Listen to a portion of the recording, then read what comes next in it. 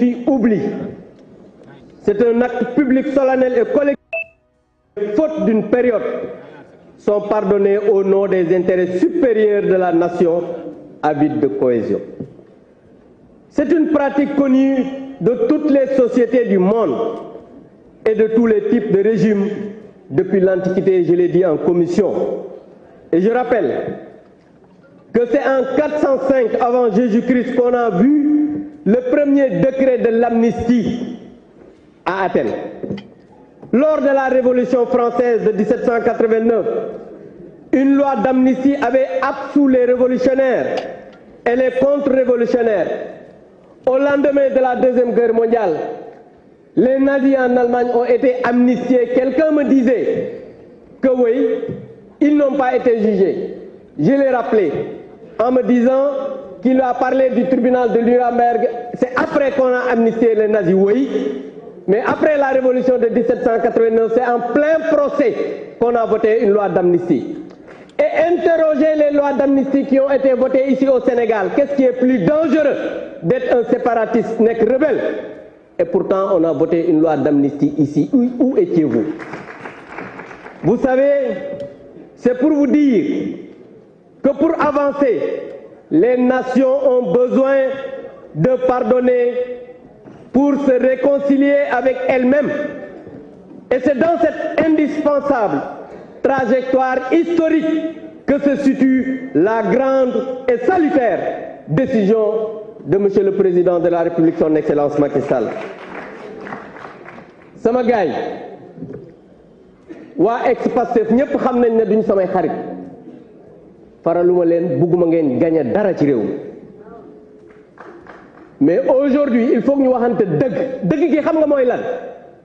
Tout à l'heure quelqu'un l'a dit tey dégg naa victimes yi dégg naa les familles dégg naa ñi nga xam ne rey nañ leen mu am ay avocats yu bari ñoo xam ne nag seeni avocat lañ tey ji yu bees tàq bees pul yu ñu dajee ci paquet mais jamais musuma leen gis ñu taxaw fii ne ki ñu rey ki dem kaso wala yóbbul nañ ko añ wala yóbbul nañ ko reer ñun musuñu koo wax parce que amuñu ci et on l'assume. Certains de l'ex-Pastef c'est vrai am na ay bandits ay brigands loolu moom xam naa ne am na ci mais aujourd'hui il faut qu'on se dise la vérité c'est quoi suñu waxantee dëgg mooy ñii bëgguñu compétition parce que dañoo ragal ñun ku ñu xam-xam ne bëgg bëre bañ bëre lii bañ mooy Ousmane Sonko bokk élection lii bañ mooy Karim bokk élection parce que xam nañ ne ñooñu bu ñu bokkee élection 2% sax duñ ko am.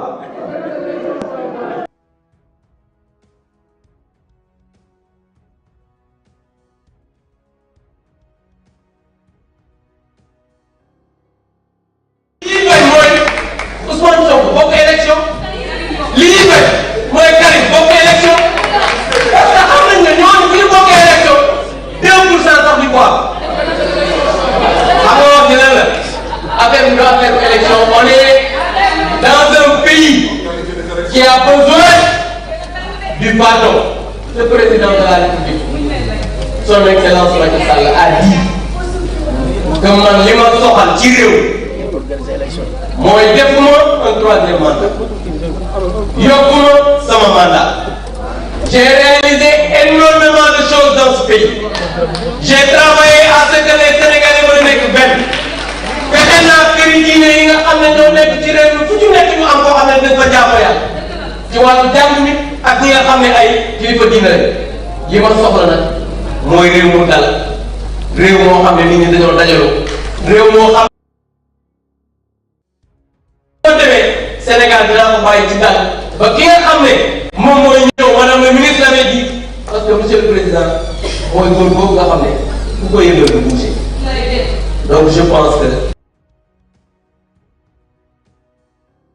xamante ni dina fekk réew mu dal réew moo xam ne dañoo dajaloo nekk benn pour que Sénégal mën a dem ci kanam réalisation yu fi doon def mën a dem ci kanam développé.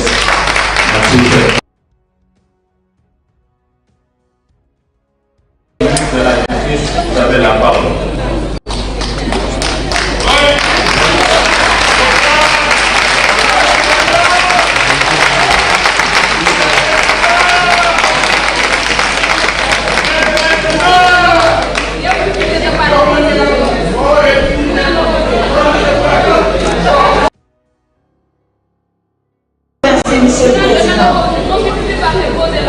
le Président de l'Assemblée nationale, j'ai l'honneur, au nom du gouvernement de la République, de demander à la représentation nationale le vote de la présente loi d'amnistie générale.